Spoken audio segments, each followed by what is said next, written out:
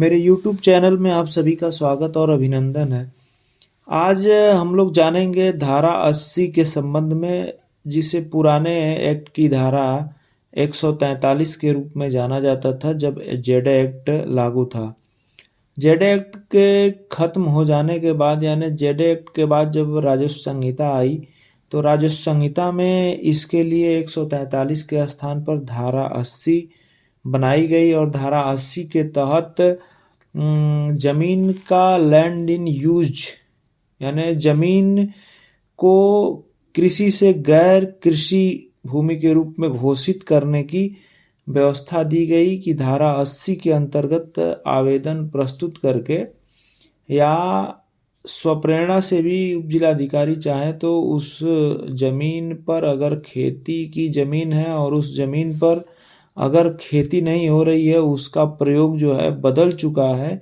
आवासीय हो गया है या औद्योगिक हो गया है या वाणिज्यिक हो गया है, तो उसको अकृषि घोषित करने की व्यवस्था धारा 80 के अंतर्गत दी गई है। अब आइए जानते हैं कि धारा 80 के अगर हमको कराना है तो धारा 80 कराने के क्या फ़ायदे हैं। धारा 80 कराने से ये होता है कि उस पर आप बैंक लोन वगैरह ले सकते हैं और उस पर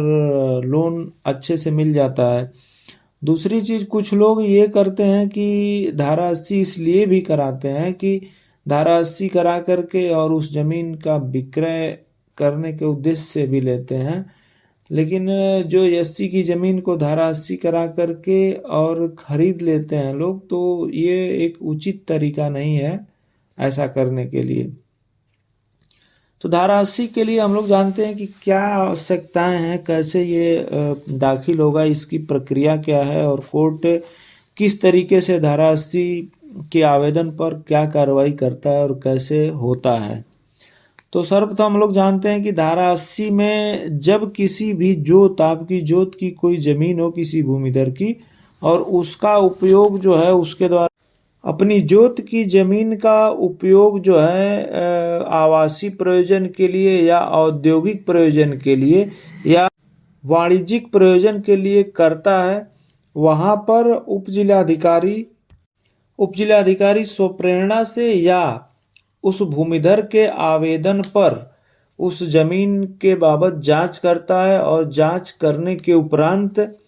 उस जमीन को अकृषि घोषित करने के लिए आदेश पारित कर सकता है। इसमें जब हम अपना आवेदन उपजिलाधिकारी के समक्ष करते हैं तो उस पर उपजिलाधिकारी द्वारा संबंधित अधीनस्थों से रिपोर्ट मंगाई जाती है और उस रिपोर्ट को जब वहाँ से प्रेषित होती है और रिपोर्ट जब उपजिलाधिकारी के समक्ष आ जाती है, तो उसमें यह देखा जाता है कि उस जमीन का प्रयोग जो है आप वाणिज्यिक कर रहे हैं या औद्योगिक रूप में कर रहे हैं या अपना निजी मकान यानी आवासीय रूप में कर रहे हैं। तो अगर आप उस जमीन का प्रयोग 80(1) के तहत जिस जमीन को अकृषि घोषित करा रहे हैं, अगर उसका प्रयोग आप अपने निजी आवासीय उपयोग के लिए आपके द्वारा किया जा रहा है, तो उस पर कोई शुल्क नहीं आपको अदा करना होगा। किंतु अगर उस जमीन का प्रयोग औद्योगिक और वाणिज्यिक उपयोग के लिए अगर किया जाना है, तो उसके लिए निर्धारित शुल्क आपको जमा करना पड़ेगा और मालियत का 1% निर्धारित किया जाता है और उसको आपको कोर्ट फीस के रूप में और ट्रेजरी चालान के रूप में जमा करना होगा। एक बात और महत्वपूर्ण होती है इसमें कि अगर जिस जमीन को आप 80(1) के अंतर्गत अकृषि घोषित कराने के लिए आवेदन दे रहे हैं,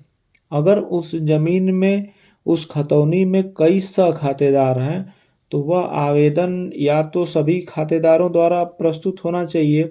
या उस आवेदन के प्रस्तुत होने के बाद अनापत्ति प्रमाण पत्र यानी अनापत्ति के रूप में शपथ पत्र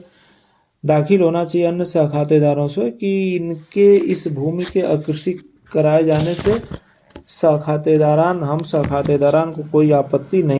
अनापत्ति प्रमाण पत्र जो है उसमें अनापत्ति के संबंध में शपथ पत्र प्रस्तुत होना चाहिए। यानी अगर उस जोत की ज़मीन का विभाजन नहीं हुआ और उसमें कई सहखातेदार हैं, तो तो उनकी सहमति भी उस 80 के आवेदन के साथ ज़रूरी है।